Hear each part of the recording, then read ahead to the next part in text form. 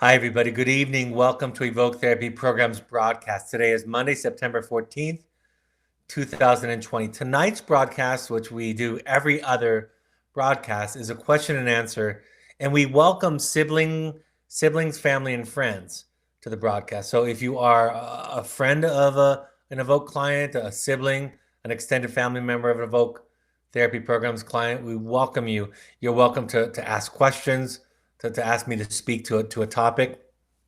If you're a parent of a child and you want to ask a question about a sibling or a grandparent or a friend, or you want to ask me one as if you are a grandparent or extended family or friends, I can give you my answer and then you can compare that to your instincts and your answer, and I'm happy to address that as we go. So this is a live Q&A. Any questions that you have, please pass those on at any point. Malia and Cassidy, I have two facilitators this evening. When it's the right time, they'll pass those questions on to me. So with that preamble, let me get right into the first question. The first question that's asked is, can you please give us guidance on how to respond when our child asks when they will be allowed to come home? Well, there's a few points involved in this question. First of all, we have a tradition, and I'll talk about why the tradition exists, where we don't talk about future information. We don't talk about what's coming up. We used to have in one of our offices, we had 5 clocks sitting side by side on the wall from Pacific, Mountain, Central, and Eastern time, and then the last clock was Evoke time, and there was no handles on the clock. This idea that it's about being in the present moment. Part of the intervention at Evoke is to take away the finish line. And by taking away the finish line, you're kind of encouraged by that process, by that intervention, to live in the present moment, to be present with whatever you're feeling. It's similar to taking it a day at a time, or similar to a mindfulness practice. So the first concept about answering the question about how your child, if your child were to ask if they can come home, is just to say, we're not going to talk about that right now. You can also answer with, I don't know for sure. I'm taking it a day at a time. When I'm talking to my students or clients in the field, I often suggest, because I'm talking about them, I'm trying to accomplish the same goal that I just mentioned of mindfulness and presence. I'll say to them, it would probably be beneficial for you if you could imagine yourself being gone for a year from home. And I'm not trying to make them uncomfortable on purpose or rub their nose in the fact that this is a long-term process for many of them. But again, I want them to think about what's going on for them in the present moment. I used to tell the story about this when I was a child living in Southern California. There was a woman who tried to swim from the coast of California to Catalina. I think it's 26 miles, a 26-mile swim, if I remember correctly. And she tried it, I think, in May, and she failed. She got off course. She got tired, exhausted. The elements were affecting her, and she got on a boat that was supporting her and quit her quest. And a couple of months later, I believe it was August, she swam to Catalina. And when they interviewed her, and I remember this when I was a little kid, they asked her the question. They said, what was the difference between this time and the first time that you tried to swim to Catalina? And she said, the second time that I swam, I could see Catalina. If you know Southern California, historically, there's this marine layer, especially in the early months of summer. And it's like a fog that rolls in and sits there and doesn't burn off until sometime in the early afternoon. So she said, I could see Catalina in August and later in the summer. And because I could see it, I was able to focus on that, to keep my direction true. But most importantly, she said, the elements didn't bother me because I kept focusing on this. I used to run Ironman triathlons and marathons, and one of the things that would help me during difficult parts of the race was thinking about the finish line, or thinking about the exhilaration of accomplishing something so difficult, so hard. Because when she did that, as she shared in her interview, it took you away from your pain, your feelings. In therapy, of course, we want to do just the opposite. We want people to feel. That's essentially an oversimplified definition of therapy, is teaching somebody how to feel. So we have a policy, really a tradition, at Evoke where we don't talk about future information. So you can be vague. You can say that you're not going to talk about it. You can say if it's the truth, I don't know. At some point, we or you might decide together to give them some estimation, which is most likely going to be a long ways off. But importantly, I want to tell you that in the long run, clients and students do better when they don't know the finish line. That might be counterintuitive. Sometimes I would tell students when they were going home a week or two before they went home, if that's the plan was to transition them to home. And I would say somewhere around 3/4 of the time, when they found a finish line, when they knew the finish line was so close, they gave up, unconsciously most likely. But they gave up and started to lose motivation, right? So be vague. I had one student one time on a parent phone call with his father and his mother. I remember this moment. And he was asking some questions about the future. He might have been specifically asking about timing, about the child coming home, or what the next step was. But the father was taking the lead on this conversation, and the father kept him-hawing around and not being very direct and saying, "I don't know," which was not the truth. And the son could sense this. And he said to his father, he said, "Dad, I don't believe you. I don't believe that you don't know either where I'm going next or how long it might be. I think you're afraid to tell me." And he said, it was really powerful. He said, I gave you good reason when I was at home not to tell me the truth about difficult boundaries, about difficult news. And so I completely understand you wanting to lie or hide the truth from me. But he said, I've gotten to a point where I'm willing to respond to a boundary in a reasonable way. So you can just tell me, instead of lying and saying you don't know, you can just tell me that you're not willing to talk about it right now, and I'll respect that. And I'm not by any means suggesting that every client, student gets to that point, that level of maturity and patience. But I think it illustrated a point that part of establishing healthy boundaries with our children, with others, is that we give ourselves permission to not talk about something, to hold something private if we want to not share our decision, where in this case that was part of the program. But again, the father thought, and you can relate to that, can't you? He thought he had to lie to the child to keep him placated. And the child was letting him know that through this process, he's developed some resiliency, some skill sets, some insight around how to deal with boundaries. Thank you for the question. Next question. Is it appropriate for a child who is at Evoke to receive letters from close friends, extended family? It is, as with many of these types of decisions, a case-by-case basis. But I'll give you a general model. We start off with the primary caregivers, which maybe the parents or step-parents or grandparents or others. But we start off with an emphasis on communication with the primary caregivers. And that might include, if one has primary physical custody, that would also include the parent who doesn't have primary physical custody but still has custody, still is an active parent in the child's life. We start off with the guardians that are the guardians for the child. And we start off with an emphasis on that communication to keep the focus. If we spread it out too quickly to extended family and friends, it loses some of its intensity and focus. Now, having said that, there are decisions early on, especially around those early impactful hopes and intentions letters, where siblings, it's appropriate for a sibling to write. That has to be, of course, vetted by the therapist. You as a parent or a guardian have to be okay with that. And the child themselves at home has to be okay with that. We don't want them to be forced into or coerced to write it, but a hopes and intentions letter from a sibling, sometimes a loving grandparent or aunt or uncle, or somebody else that's close to the child, that also can be impactful. But outside of those situations, those kinds of letters are going to come later.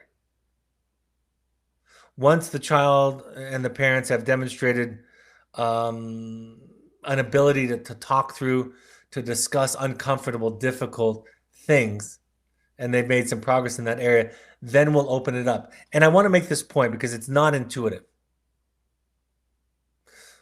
Opening up communication more, grandparents, aunts, uncles, siblings, friends, even partners in some cases, doesn't make it easier for the child, for the young adult or the adolescent child.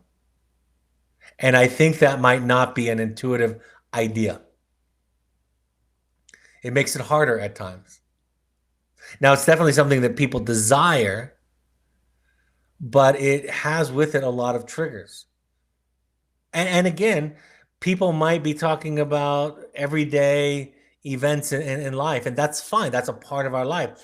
But in those early stages when we're really asking the client and the family to focus on the issues that led to the decision to enroll a child at Evoke, we really want to keep the focus, the subject matter, a little bit more narrow. The analogy would be simply if your child were in a serious accident and they were taken to an emergency room. You know this, that even the parents would be asked to not be in the room during the acute phase of trauma treatment. And then after the child is stabilized, of course, the parents come in the room. And they're probably going to limit it to one or two people at a time. Then if the child or individual is moved into a hospital bed, they're past the critical points in the accident, in the trauma, the physical trauma, then it can be more and more people. It's a very parallel process to the acuity that children enter our program with. We want the focus narrow. So yeah, in general, the philosophy is we start narrow and we widen.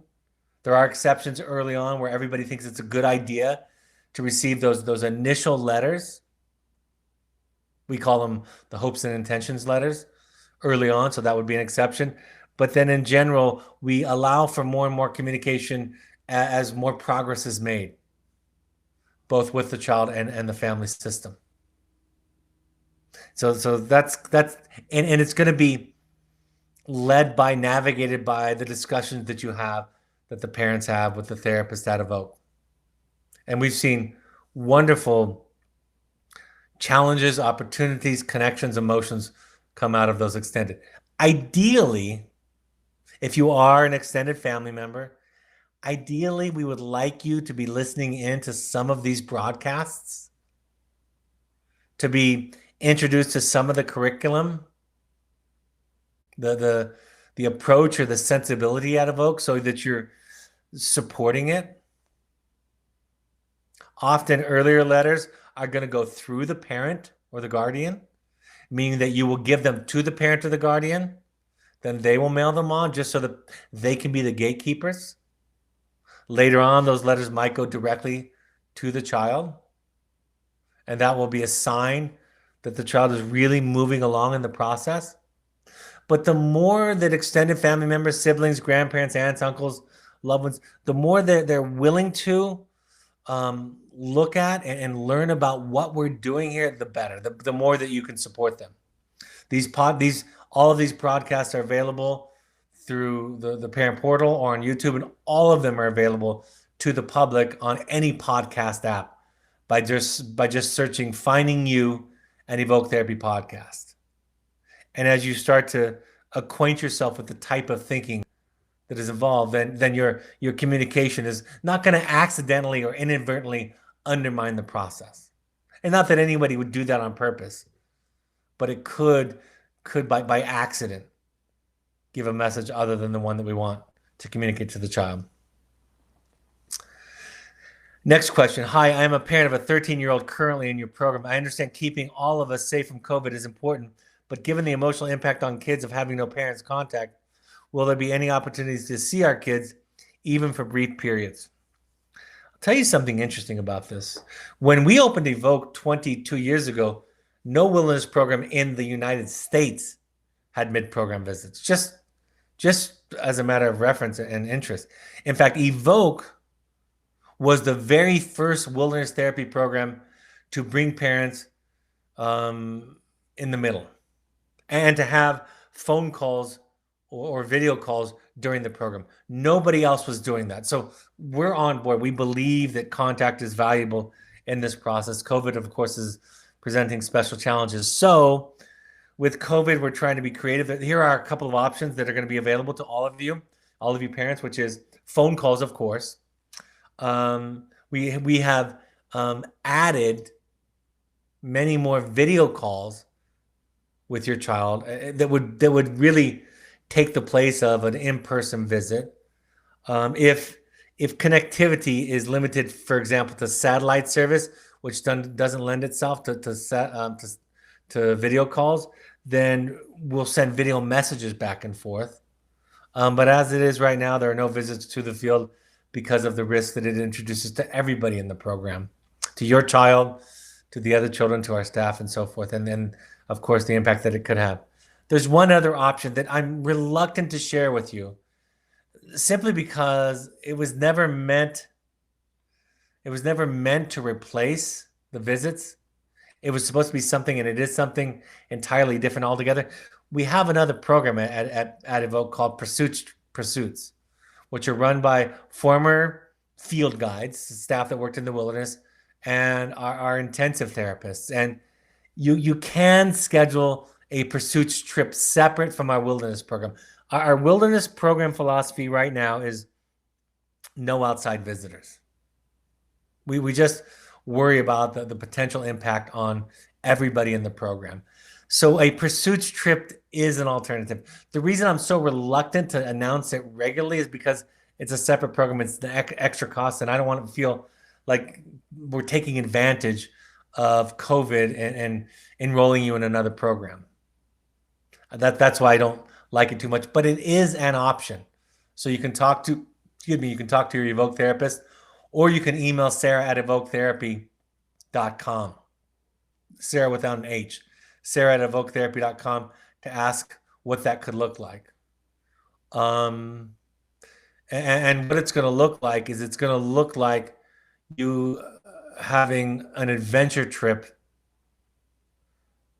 It's going to look like you having an adventure trip with your child, and even doing some fun stuff for several days on end in between Evoke's wilderness program and whatever the next stage is. So that's the best answers I can give you. Next question is, can you talk about sibling relationships, how repair can happen? We are parents with one child at Evoke and a younger sibling at home. It's a very, very great, important question. The first issue is that the child at home not be pressured, that their reluctance be honored. For them, for many of them, the child that's at Evoke has contributed to a lack of stability, to some small T trauma, we would call it, at home. A disruption in family dynamics, at least. And so to kind of force a child at home, a sibling at home, to engage in the program is not encouraged. We think it could be a re-traumatization of what they experienced at home, right? It's all about the child's needs that are that's in the wilderness, and that they're being kind of sacrificed again. So I would invite them. I would ask questions, and I would pay attention to their reluctance to discuss it as an important sign. See, one feature in trauma, folks, is a loss of control. Virtually every trauma includes the element of a lack of control.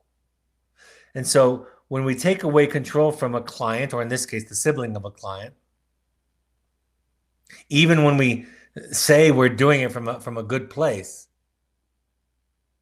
we are re-traumatizing the individual. That's why, for example, if somebody has been abused as a child, you don't out them. You don't force them to do assignments. You respect the walls and the barriers that they have up to protect themselves from the threats that they perceive. So asking questions, making invitations.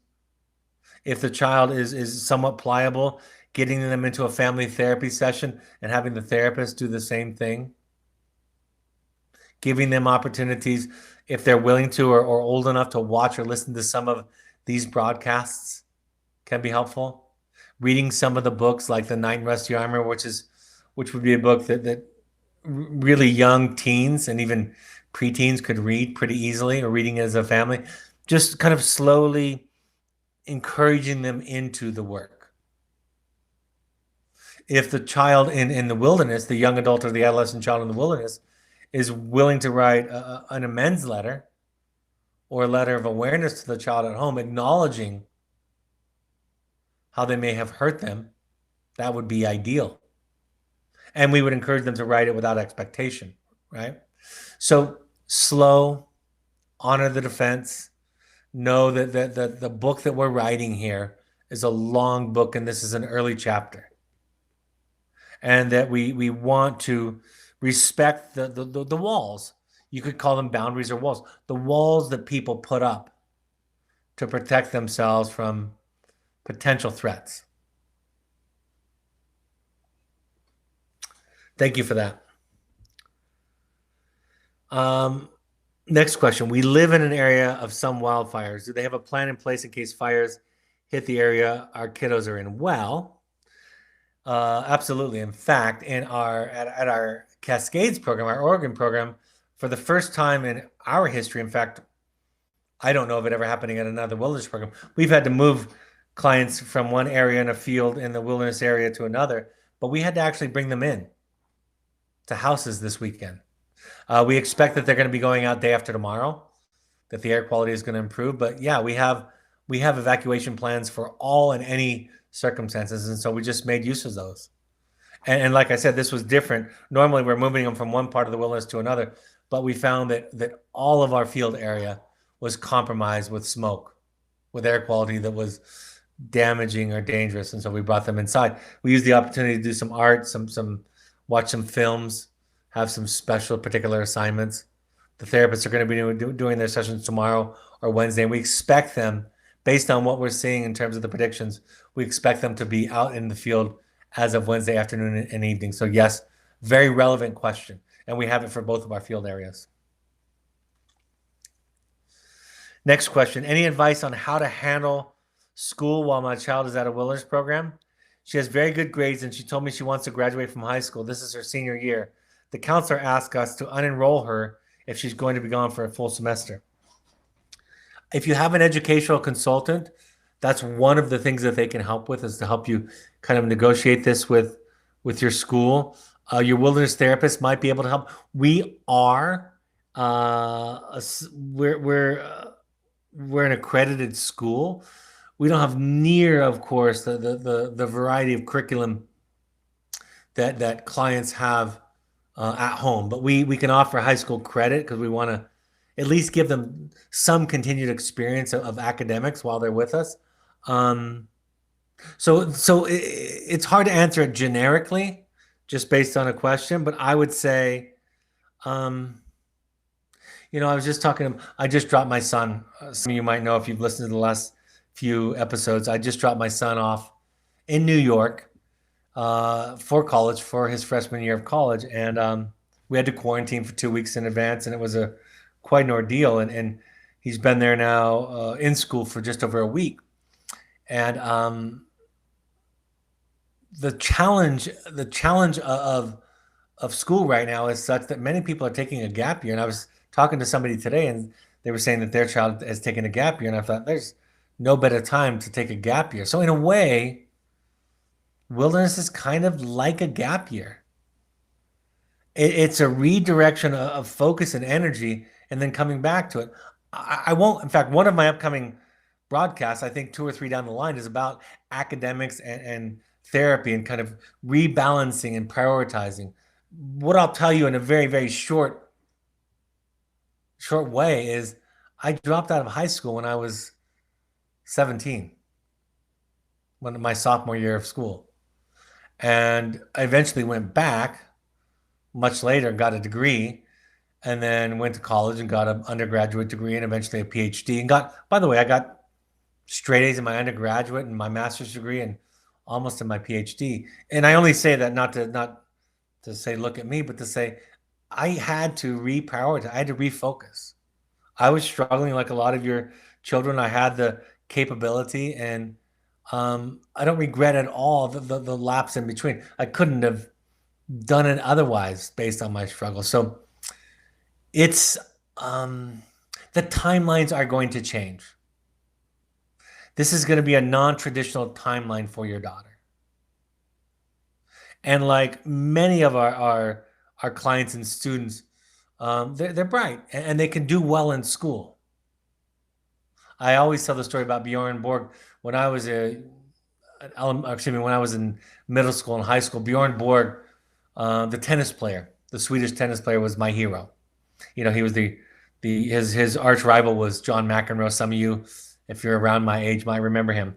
And Bjorn tells the story of having his racket. He threw a tantrum on the court, and he had his racket taken away for a couple of months. He wasn't allowed to play tennis. Very, very strict response to his poor sportsmanship. And Bjorn was known for his cool demeanor, in contrast to John McEnroe, of course. And I used to use that story to say part of the intervention, part of the disruption in the academic process is to communicate to the child the priority of mental health over traditional academic timelines. I didn't even start college until I was 21. My freshman year of college, I was 21 and a half years old when I started. And I ended up graduating in 3.5 years because I was motivated and ready. But this process lends itself to those kind of detours that in the end, and we look back on, become part of the richness of the process. So, and I'll be talking about that at length in an upcoming broadcast here in a couple of weeks too, if you want to. And I think I probably have an old one. If you scan our library and look at academics, I've spoken on this topic more than once in the past also. Next question. My grandson is now at Evoke. This is his 4th program in 6 months. I think another program might be recommended. I'm afraid he will lose trust in us. I mean, that's a process. I mean, I'm glad that you're actually thinking about his trust towards you. You know, it reminds me of the question that I get asked often is, will my child forgive me? And part of it is they forgive you when they grow up. They forgive you when they get healthy. Again, I've never actually used this example. Never have I used this example when answering this question, but for some reason it came to me today. I could not have been more angry and felt more betrayed by my parents when they placed me in a program when I was a teenager. I was defiant. I felt betrayed. I felt abandoned. I felt everything that you would imagine a teenager might feel. And it was principally my mother, because she was my principal caregiver. My father was in and out of the picture. My grandparents helped a lot also. And of course, in young adulthood, even let alone my more mature adulthood in terms of years now, it's obvious. It's obvious I was struggling. It's obvious that they felt that they had no other choice. I didn't give them another choice. So I can't predict with 100% certainty that he will trust you, or he will trust you, or forgive you for that matter. But what I can tell you is, like a lot of these really, really difficult decisions, we don't get to win. We don't get to choose to win anymore. We get to choose how to lose. And it sounds like you're choosing to lose by providing him with what you think is the best option for his care. And when he gets healthy, he'll see that. See, children forgive parents who abuse them. And I'm not even saying this is abuse. But children forgive parents who abuse them when they grow up and mature. Not for the parents or the grandparents' sake, but for their own sake. My parents did a lot of things, made a lot of mistakes. Again, I'm not even suggesting this is a mistake. I'm using a more extreme example. Children, when they grow up, Make sense out of it. Forgive their parents. And if someday he says, that was ridiculous, your response can be, I'm sorry. I don't know if it was the best choice. It was our best guess, and it could have been wrong. And that role play I just gave you, it really illustrates an example of what I mean, a perfect example of what I mean when I talk about you don't have to get it right. In fact, in this way of thinking, in Evoke's way of thinking, which is really just attachment-based, psychologically based, skill-based parenting, you don't get to be right anymore. But you do get to be a self. And being a self is so much better. And it's much better of a model for our children and grandchildren than being right. So you're taking your best guess, and you have your doubts. And you give those to the child at some point too, and acknowledge that it's your best guess and that you don't know for sure. And then it's their job to kind of sort through all of that. Someone says, are kids traumatized by being sent to Evoke against their will? And is that addressed in wilderness?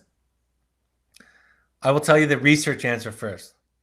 The research answer suggests that there's no difference between children that are transported by surprise against their will from children who come willingly.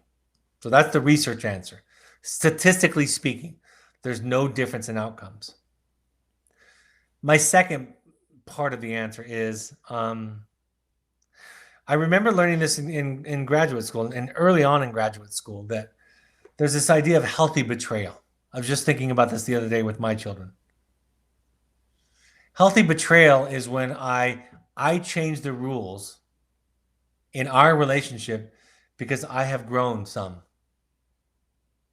I may have been, for example, I'll just use a simple, silly example. I may have been willing to, in the past, argue or debate my boundaries. I may have thought it necessary in the past to convince you that my boundaries were right or good or well-intended.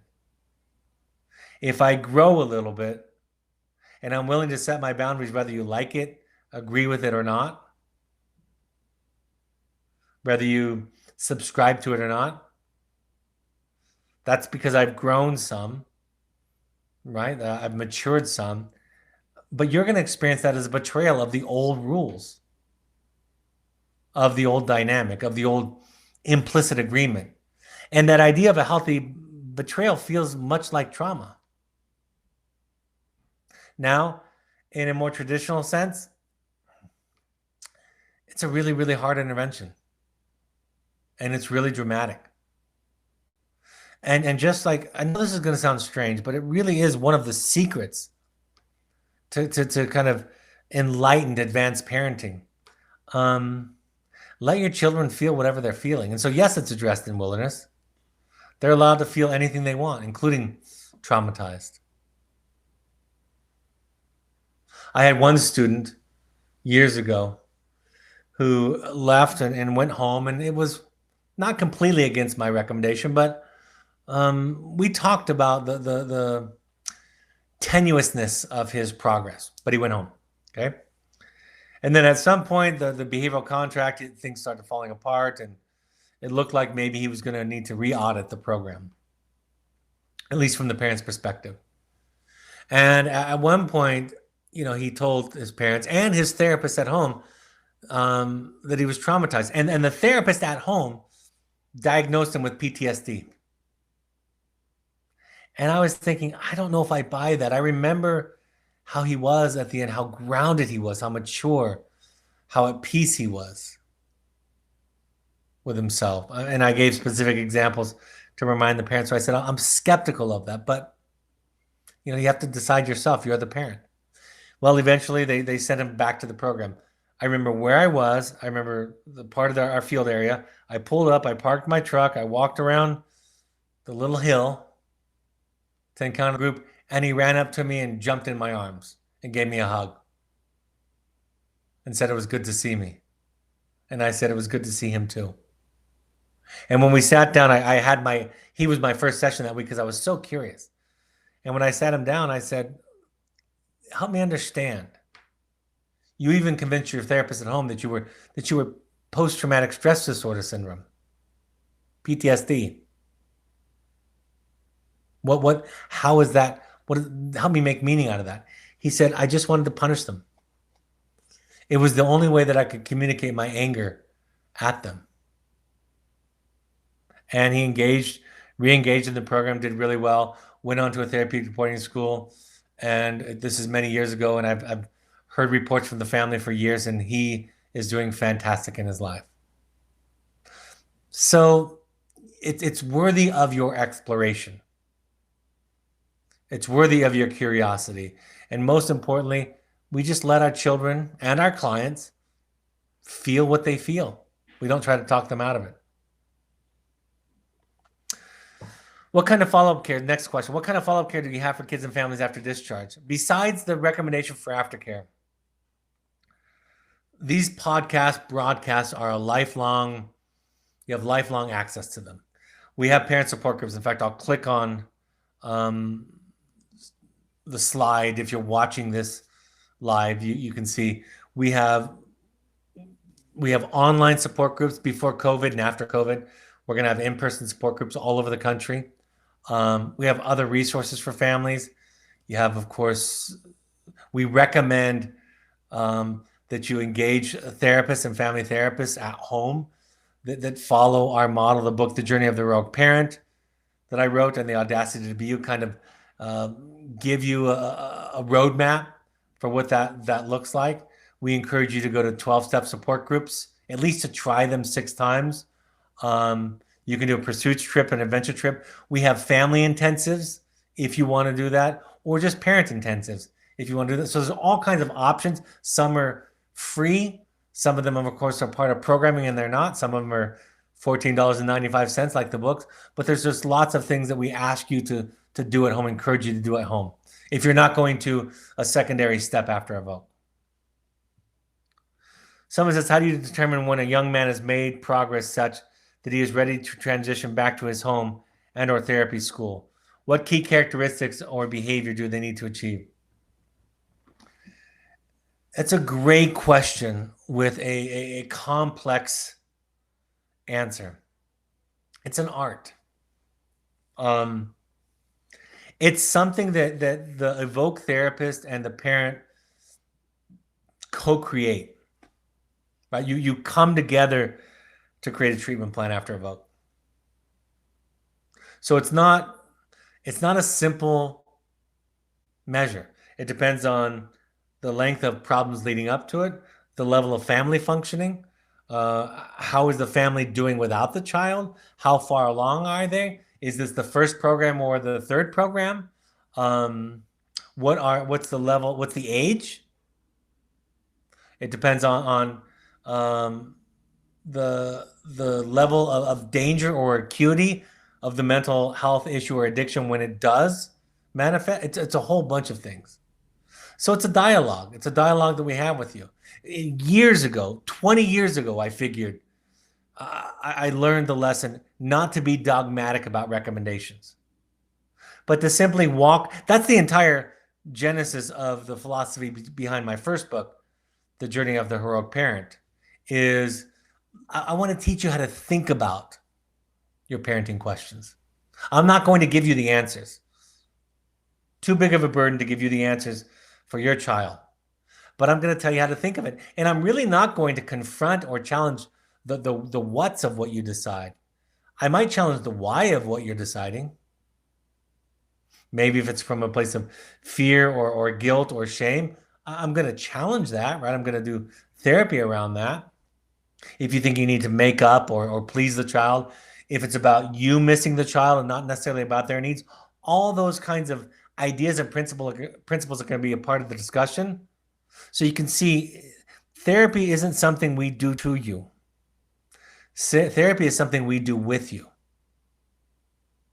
Sometimes when I'm meeting with a client or an inquiring client for the first time, they say to me, the referring professional will say to me, what are you going to tell them? And I say, well, I'm going to start off with, how are you doing? And just kind of take it from there, right? I don't have some prefabricated, manualized way of talking or thinking about it. So there's a quote that I borrowed from Stephen Mitchell in my first book, where he says that therapy is a complex set of choices, right? It's a disciplined way of thinking, and there's no generic solution or technique. But it involves self-reflective participation. I'm quoting Dr. Mitchell. It's a process that we have with you, is the answer. And ultimately, you get to decide as the parent, as the guardian. Next question. Do you have counselors at Evoke that provide therapy as private consultants, i.e. work with a sibling at home? We do. In fact, this is relatively new. I should have this up there. We have a coaching page. We call it coaching because across state lines, it's coaching. You know, teletherapy is really coaching. So we have a list of therapists on our coaching page who know our work and know our approach and who can do teletherapy or video conferencing. So just go to Evoke. And in fact, Malia, if you could post the link to that page so that they could look at that if they want to. We do have that feature. We've had it for a while, but we've formalized it recently. Someone asked the question, what are the phases in the adolescent program? What does it mean to advance to water phase? What have they accomplished to reach water phase? There are 4 phases in both programs, adolescent and young adult. Earth phase is 48 to maybe 96 hours on average. It's a time for reflection, observation for us. We make sure that the student is compliant, mostly just in terms of safety and self-care. They're assigned a mentor, an advanced client or student in the group who can kind of mentor and teach them. They kind of learn and watch without interacting with the group. After that 3 or 4 day experience, then they are welcomed into the group to fire phase. And fire phase is about transition and growth, right? It's about a metamorphosis. It's about change, accountability. You know, just being accountable for your behavior. That's a part of it. You know, cooperating with the program, giving it a try. When it starts to move into awareness and internalization, that's water phase. That's what they've accomplished. They've completed a set of assignments for one, but they've also started to internalize it. They've started to taste the sweetness of what therapy has to offer, what this new way of thinking has to offer. Motivation is more likely coming from inside, from enjoying the intrinsic rewards of things. And then the last phase, which is not common, is called air phase. And that's about thinking about the future. It's more about leadership. There's a little bit of leadership in water phase, but more about leadership and freedom in the last phase. You get access to future information. You can even have access to a map and compass and guide a hike. You're planning for your next step actively because you have accepted it and maybe even endorsed it. So those are the 4 stages that we have. And Malia has shared the coaching page link there. Next question. Do you have any recommendations for finding resources to pay for therapeutic boarding school? Why are they so expensive? They're expensive because they're resource intensive. Lots and lots and lots of people are responsible for keeping one child safe and supported in the wilderness. Yeah, it takes a lot of resources physically and also, of course, human beings, right? People power. Yes, we do have some resources. Malia, would you be willing to look up the broadcast I did with Joe on finding resources and fighting with insurance companies and getting other resources? That's the best resource that I would direct you to. We have some of that on our webpage too.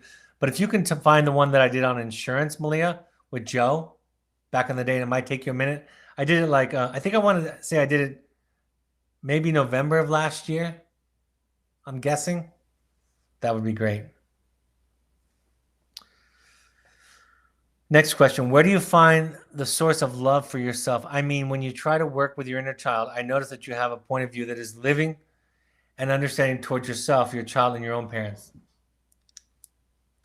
I love this question. You have to find somebody who sees you without frustration, anger, disappointment, expectation. Even in your worst moments, they can understand and have compassion towards you. You have to have the experience of being seen and loved as you are to start to internalize it. A lot of people are afraid that if we surround ourselves with people that see us as we are, that we'll become a mess, that it will lead to a complete lack of accountability, lawlessness, anarchy, psychologically speaking. It's not true. It's not the way that it works. It can be a little bit messy in the middle, but to be seen, to be held, to be contained, that's the therapeutic phrase. You have to find somebody who can see you. You have to find a therapist who can see you. The support groups that we encourage, when we encourage all of our parents to attend 6 12-step support groups, we're telling you to find a group of people where you can go in and tell your story and all of your idiocies and mistakes, and people say you're welcome. I use this example in my second book. I use the example from the musical Les Miserables, where the I think it was the bishop? I think it was the bishop, where after Jean Valjean stole some silver and was caught and brought back to the bishop said, "You forgot the candlesticks, the most expensive and important point." And that was the moment when Jean Valjean he decided to do good, to give love, to be of service to the world. And I know it's just a musical based on a story by Victor Hugo. I know that it's fictitious, but Victor Hugo is trying to tell us and show us something. When we experience grace, that's what a lot of people experience in their religious life. When you experience grace, when you get loved for who you are, like the subtitle of my book, The Audacity to Be You, is learning to love your horrible, rotten self. When your horrible, rotten self or your human self gets loved, all you want to do is give love to the world. Back. Be of service. Give. Because it's overflowing. One of my clients asked me, when was the moment? And for me, it was around 2010, only 10 years ago, when this came into my life, when it really sank in. And I wish, I was born in 1968. I'm 52 years old right now. I wish the first 42 years weren't spent trying to prove to everybody that I was good and lovable and worthwhile. So I could have spent those 42 years giving even more of my love and gifts to the world. You can still be held accountable. Don't worry. If you're the parent, you can still have boundaries. In fact, those are necessary. That's what the book, The Audacity to Be You, is based on, is establishing a sense of self first and foremost. But you have to experience it. And that's what The Audacity to Be You, that's what that book is about. The book is about, in a book form, trying to give the reader the experience of being loved and understood as they are.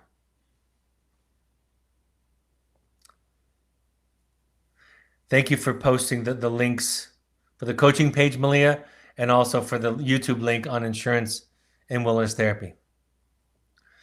Somebody said, I heard you say last week it's a parent's job to contain a child. How do you know, as a parent doing their work, if you are developing that capacity to do so? What does it look like on the parent's side? I thought I was doing well, using my tools, doing things differently, becoming more aware of my triggers. But an argument with my teen son left me feeling like I still have a difficult time being a container for him. Well, let me pull up something for you to show you.